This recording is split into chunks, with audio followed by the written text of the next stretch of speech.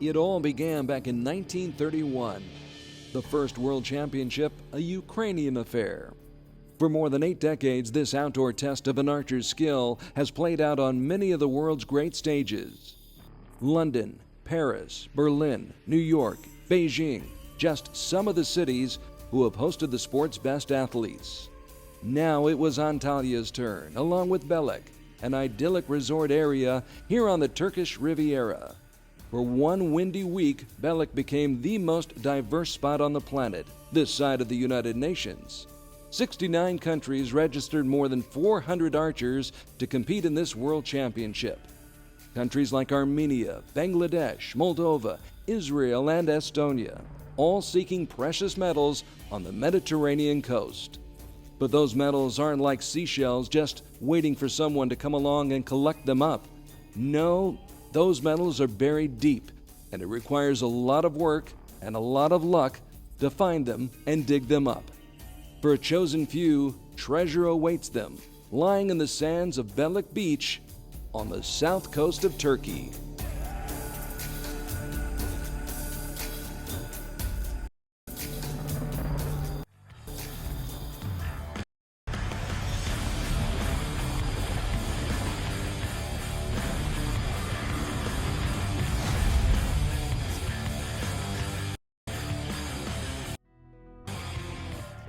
First, let's flash back and recap the week that was. The Mexican recurve team was powerful, featuring 3 archers ranked in the top 20, 2 of them Olympic medalists in London last summer. And they'd already asserted themselves with wins over Georgia and India. But then they collided with the Koreans, who featured the 2 top-ranked women in the world. Still, Korea had been pushed by Poland and put to the test by China, having to win a shoot-off to advance past the quarterfinals. Mexico made them work for it, but once the wind died down, it was Korea advancing to the gold medal match. On the other side of the bracket, Belarus had their hands full with the Danish team led by Maja, the woman who had already qualified to shoot for gold against China's Jing. But Maja had more business to try and take care of in the team competition, and that business involved the trio from Belarus. Anna Marusova, Ekaterina Timofeyeva, and Elena Tolkac didn't have dazzling credentials when they came to Turkey, but in the words of Aristotle, the whole in this case was greater than the sum of the parts. Belarus beating Germany, Great Britain, and then the Danes to earn their right to fight for a gold medal.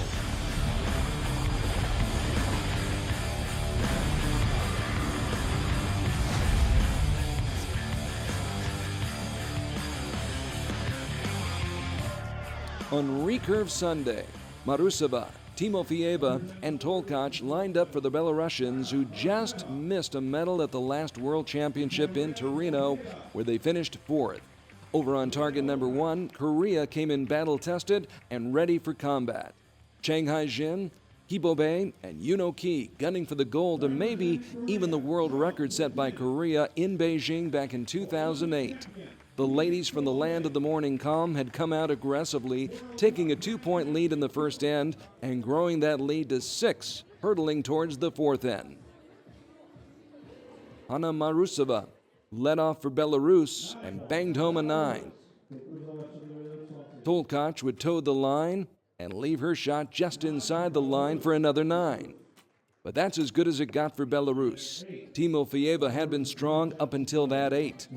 Now, Korea could kick the lead up to 10 with a trio of bullseyes, but it didn't exactly work out that way. Hibobe answering with an 8, but then Chang Hae-jin came through with a 10, and another bullet by Yuno Ki increased Korea's lead to 8. 3 shots to go. Marusova musters up a 9. And Tolkac leaves one right on the border. Timofeyeva salvages some pride, closing out with a bullseye for Belarus. Ms. Ki continues to struggle a bit, and with the pressure off, Ms. Chang isn't quite as accurate either. But Ki, as usual, is A-OK. 9 is more than enough to confirm Korea's domination in women's recurve. These women, who compete so intensely against each other just to make the team, can share and enjoy a moment together as they share the gold medal and a world championship title. In workmanlike fashion, Kibo Bae, Chang Hae-jin, and Ki post a 6-point victory. The three of us were prepared for this world championship.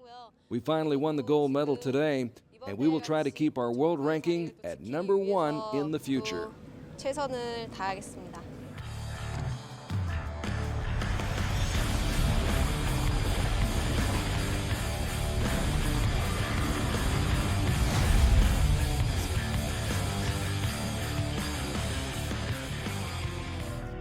After beating the Aussies by 7 and finishing 2 better than Ukraine, Team USA took on the Frenchmen in the semis.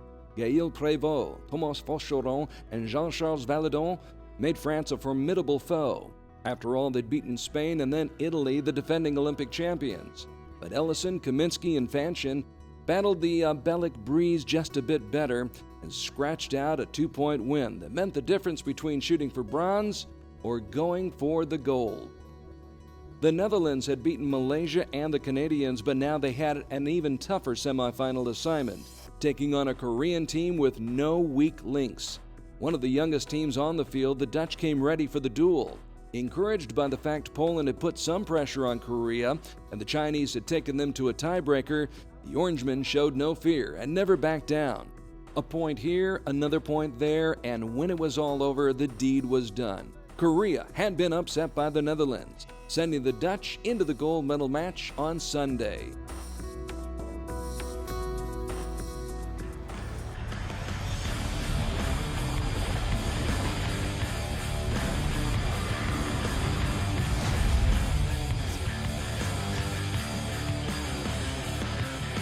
And now, the introduction of your starting lineups. For the Netherlands, 18-year-old Chef van den Berg, along with 21-year-old Rick van den Over, and the veteran of this group, the highly regarded Rick van der Ven. They would be taking aim at target number 1, 70 meters downwind. In the other corner, an American trio comprised of Brady Ellison, Jake Kaminsky, and the pride of USC, Joe Fanchin. We'll pick it up with 6 arrows left in the match, and it's still anybody's match to be had. The red, white, and blue on top by 2. Van der Ven will step up to the line and release a 9. Van den Over follows up with a 10 on the line. And Chef cooks up a 9 as well. That's a strong start for the Dutchman, but that's fine with Jake Kaminsky. It's not his first time at this rodeo. He rounds up a bullseye. Ellison parks his shot in the same neighborhood. And the Americans are rolling. Some of the air comes out of the balloon after an 8 by Joe Fanchin, but the lead's still up to 3. Van der Ven needs a 10, but settles for less. Van den Over really needs a 10, but settles for less. And when Van den Berg's shot nestles in the 9 ring, it looks like a done deal. Kaminsky comes through with another solid shot for the USA, and big bad Brady Ellison sets the table for his buddy Joe Fanchin, who hammers home the winner. 9 is more than enough to hand the United States its first recurve team title in 30 long years. The drought comes to an end here by the Mediterranean Sea. It's a huge relief for Ellison, Kaminsky, and Fanchin, who were down by 1 midway through the match, but rallied back for a 4-point win, 214 to 210.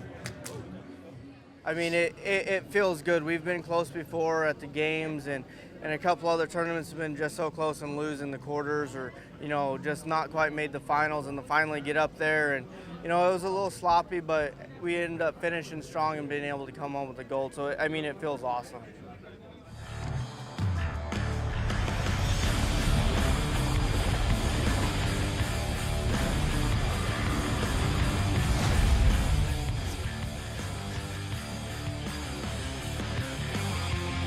Brady did not have a whole lot of time to celebrate that big victory in the men's gold medal match. He had more business to attend to, along with Katuna Lorig, archery's queen of cool. Lorig's been to 5 Olympiads with 3 different countries, and she taught Jennifer Lawrence how to shoot a bow and arrow for her starring role in The Hunger Games. Impressive, no? Well, maybe not to Korea's dynamic duo. Bae and OH Jin Hyek have some pretty impressive credentials themselves. Both won Olympic gold medals in London, and Mr. O had just captured more gold at the World Cup final in Paris 2 weeks before Belek. So it was not all that surprising to see Korea break on top by 8 after the first 4 ends. Ellison had been solid as a rock up until his first shot of the 5th end. And Karina, well, she was still trying to find the range on her first trip to the beach. Now, Korea typically seizes an opportunity like this, so Bae knows exactly what to do and executes the game plan. The Big O usually hangs out in the 10 ring, but with this large lead, 9's nothing to worry about. Mathematically, the USA still has a chance, and Brady's bullseye keeps his team on life support. When Karina comes through, the Americans still have a pulse, a faint one at that. If only there had been a few more like that and they'd come earlier in the match for the USA, but it is what it is, and the Koreans are who they are, world champions. The Big O brings them home as Korea can lay claim to yet another world championship title. This time it's mixed team gold for Bae and OH Jin Hyek, who barely broke a sweat. It turned out to be another day at the office for the Koreans, who broke on top by 2, built the lead to 7 midway through the match, and then put it on cruise control for a 9-point victory over the U.S.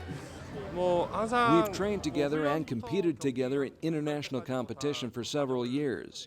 When we shot our match, I reminded Bae how well she shoots, and she reminded me of my abilities. We did a good job today, and we won.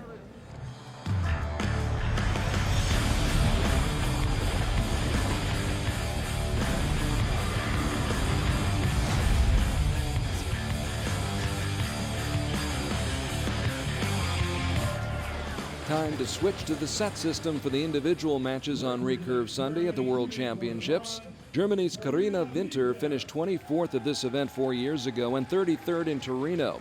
But the 27-year-old archer notched a noteworthy win over Korea's Shanghai Jin here in the quarterfinals and had 6 top 10 finishes on the World Cup circuit this summer. Still, Winter was looking for her first medal of 2013, and it would be tough to come by. A semifinal upset landed Yoon Ki in the bronze medal match, so Karina had drawn a 2-time world champion as her opponent. After 3 shots, Ms. Yoon had a 2-0 lead, but the set system provides a better chance to rally. All Winter needs to do is win the next set and the match is tied. Easier said than done. And 8 is an invitation for someone like Yoon Ki. And Yoon Ki accepts the invitation. The Koreans already ahead in the set. Karina tries to come back, fires a 9. But Yoon says, "I'll see ya and I'll raise you one." Deutschland's best hope in recurve comes through with a bullseye. But she's still vulnerable. And Yoon Ki takes advantage. 10 points, takes the set, and leaves Karina Winter in a precarious position, down 4-0 after just 6 arrows. She's got to tie or win the next set to keep the match going. Anything less, and the party's over. And that only means more pressure on Karina, who absolutely positively has to be shooting bullseyes from here on out, and she's not. Neither is Yoon Ki, but she has that luxury. Critical shot coming up right here for Winter, who's getting closer to the center. But Yoon Ki goes one better. So now she's got her opponent on the ropes. If Karina's going down, she wants to go down swinging, but she's not even going to land a punch. A 6 seals her fate and makes for a quick day's work for Yoon Ki. It took only 9 shots to get the job done and complete a remarkable outdoor season for Korea's Yoon Ki, who won 2 gold medals on the World Cup circuit, 2 gold medals at the World Cup finals in Paris, wins a team gold medal in Belek, and now adds a bronze medal to her collection with a dominating 6-0 win over Germany's Karina Winter. Our bronze medal winner, Yoon Ki. BERGER finalists.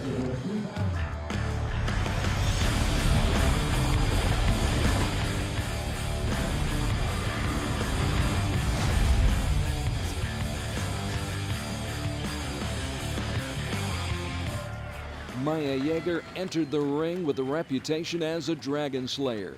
She single-handedly vanquished both of the world's top-ranked women, Korea's Ki Bo-bae as well as Yoon Ki. Plus, she'd already picked up a team bronze medal during the morning session.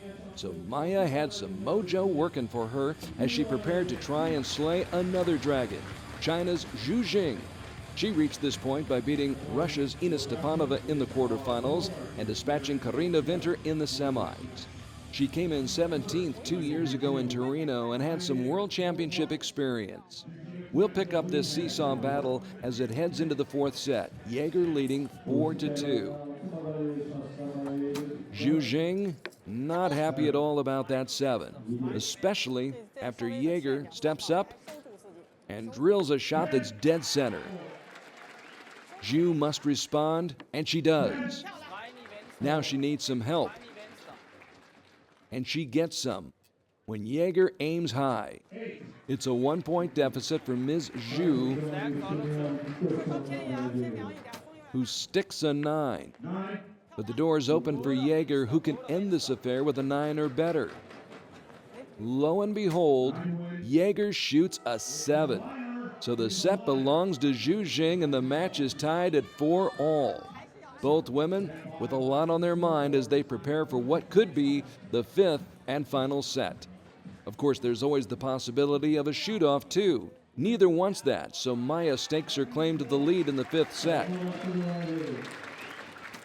Zhu falls behind with a 9. Jaeger stays the course with a 9.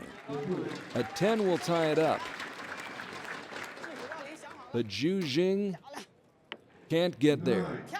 So Maja's got another chance to get her hands on that gold medal if she can land a bullseye. So close and yet so far. Her Chinese opponent still has a chance, but she's got to be perfect. Pinpoint precision when it matters the most. It's all tied up at 5-all, and now we are indeed heading for a shoot-off, the first one during this World Championship. Fresh target faces go up just in case it's a close call. Maja has the advantage, shooting first, and while her shot's on the line for a 10, she's in trouble. All Jing needs to do is land her shot inside the 10 ring, and she gets the gold. But incredibly, her arrow lands in almost the exact same spot on the target. This is much too close to call, and the outcome's left in the hands of world archery officials who've been well trained to handle just this type of situation. The anxious moments seem like hours for Ms. Zhu, who's heartbroken when the decision comes down. A decision in favor of Denmark's Maja Jaeger, whose arrow was deemed to be just a hair closer to the center of the target. A surreal moment for both of these women, one enjoying the thrill of victory, the other suffering the agony of defeat.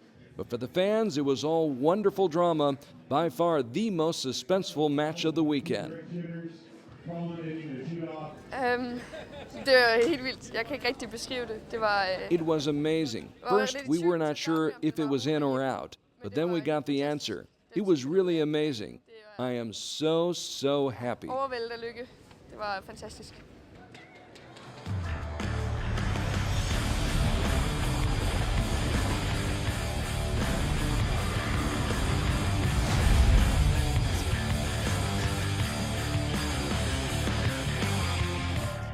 Make way for the man from Canada.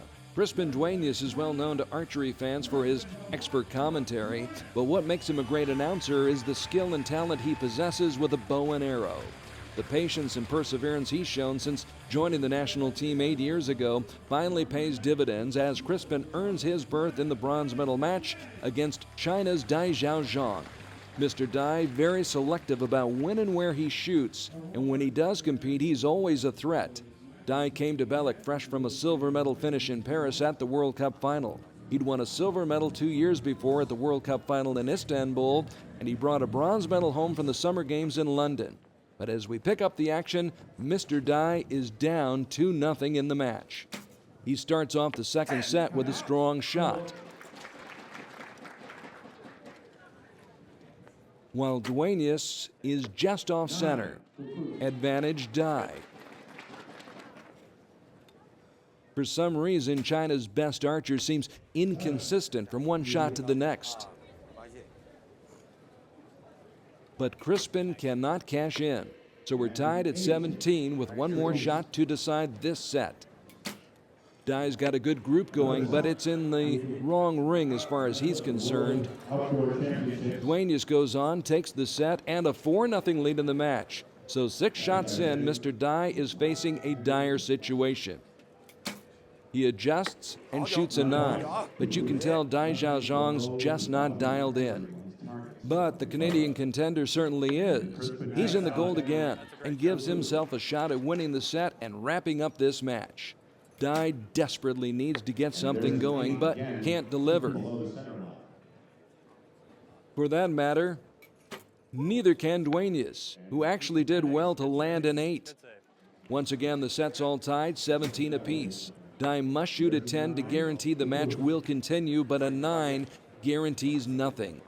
A bullseye brings it all to a close and hands Crispin DUENAS the gold medal, not to mention the greatest victory of his career. It's all over. Canada's Crispin DUENAS needs only 9 shots to dispatch Dai Xiaoxiang, with teammate Hugh McDonald in the box guiding him along and being there to share the moment. DUENAS gets it done in short order. He sweeps all 3 sets and enters his name in World Archery's record book as the 2013 bronze medalist at Belek Beach.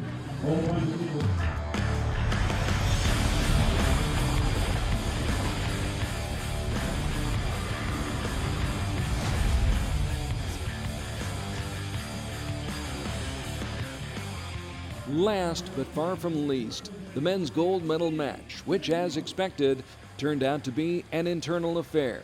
Seungyun is the 18-year-old young gun who was 4th at the World Cup final in Paris, but had a strong finish at the 4th stage of the World Cup tour, taking 2 gold medals in Poland. Now he would face a formidable teammate. OH Jin Hyek was in the spotlight for the 3rd time, having missed out on a team bronze medal before claiming the mixed team title. Having settled for silver 2 years ago in Torino, Mr. O was out to add a world title to his World Cup title and his Olympic title. After 2 sets, things aren't going as planned for OH Jin Hyek, who trails by 2, leading off the 3rd set with a 9. Seungyun has been the aggressor, but comes up with the same score on his first attempt. This is definitely not vintage OH Jin Hyek, who rarely puts his arrows outside the 10 ring. Of course, the same could be said for Mr. Lee. The score in set 3 tied at 18. O needs a bullseye to break out, turn his luck around. But it's a bad luck 7 that puts him in a very vulnerable position, which Lee is more than happy to exploit. The 18-year-old challenger's in charge, leading 5-1 in the match as he bids for the upset against his older and far more experienced teammate. All Lee need do at this stage is split the next set, pick up the 6th point to close out the match. Mr. O finally found the magic, and when Lee shoots an 8, the momentum seemed to be shifting. The Big O does it again. So does Lee. But his first shot looms large. 9 will give the set to Mr. O, but he prolongs the drama with an 8. Now Lee can tie the set and win the match if he nails a bullseye. Not so fast, my friends. The 9 delivers the set to OH Jin Hyek, who remains alive in the match, picks up 2 points, and now trails by 2. He still has a chance, but O must win the next set to force a shoot-off. It's his only option. It appears O might be out of options after a shocking 7 to start the 5th set.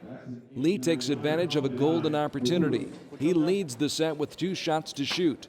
The Olympic champ continues to battle, coming up with a 9, but O's fate is in the hands of his young teammate, who need only shoot 9s from here on out. At the very least, O had to put some pressure on his opponent, but he is clearly off his game. Meanwhile, Seungyun is right on track. He puts Mr. O out of his misery with the biggest bullseye he's ever shot. That's the set, that's the match, that's the gold medal, and a world title, all going to the 18-year-old from Korea. In just his first year on the national team for Korea, Seungyun more than makes up for missing out on a bronze medal in Paris. That's a distant memory now. but it's a subdued celebration. The respect for OH Jin Hyek is immense, and while he's pleased with his own performance, Mr. Lee displays great sensitivity for his teammates' disappointment. Be that as it may, the scoreboard tells the story of a one-sided victory for Lee Seungyun, who wins this 5-rounder and the world title 7-3. 일단 19살에 이렇게 세계 대회에서 1등할 줄 몰랐는데. I am only 18. I did not expect one medal in the World Championships when I qualified. So this gold medal will mean a lot for my future. 기쁜 시합이었어요. And that's a wrap for the 47th World Championships. We're looking forward to doing it all again 2 years from now in Copenhagen, Denmark. Till next time, we bid you a fond farewell from Belek, Turkey.